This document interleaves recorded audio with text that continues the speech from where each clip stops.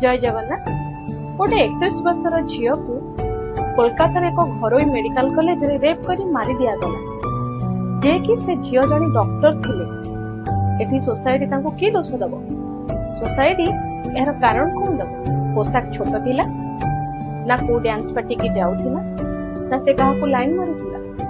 वर्तमान श्रावण मास चलछि, शिव और शक्तिंकर आराधना मध्य चलछि। किछि दिन पर नवरात्रि आसीबो। प्रत्येक शक्तिपीठ मानकरे देवी मां को आराधना कराଯିबो।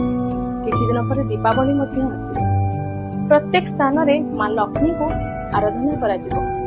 एठी नारीर सम्मान केवल से पूजा और पाठ मध्य सीमित। एठी नारीर सुरक्षा केवल से सोशल मीडिया रे सीमित होई रहि जायछि।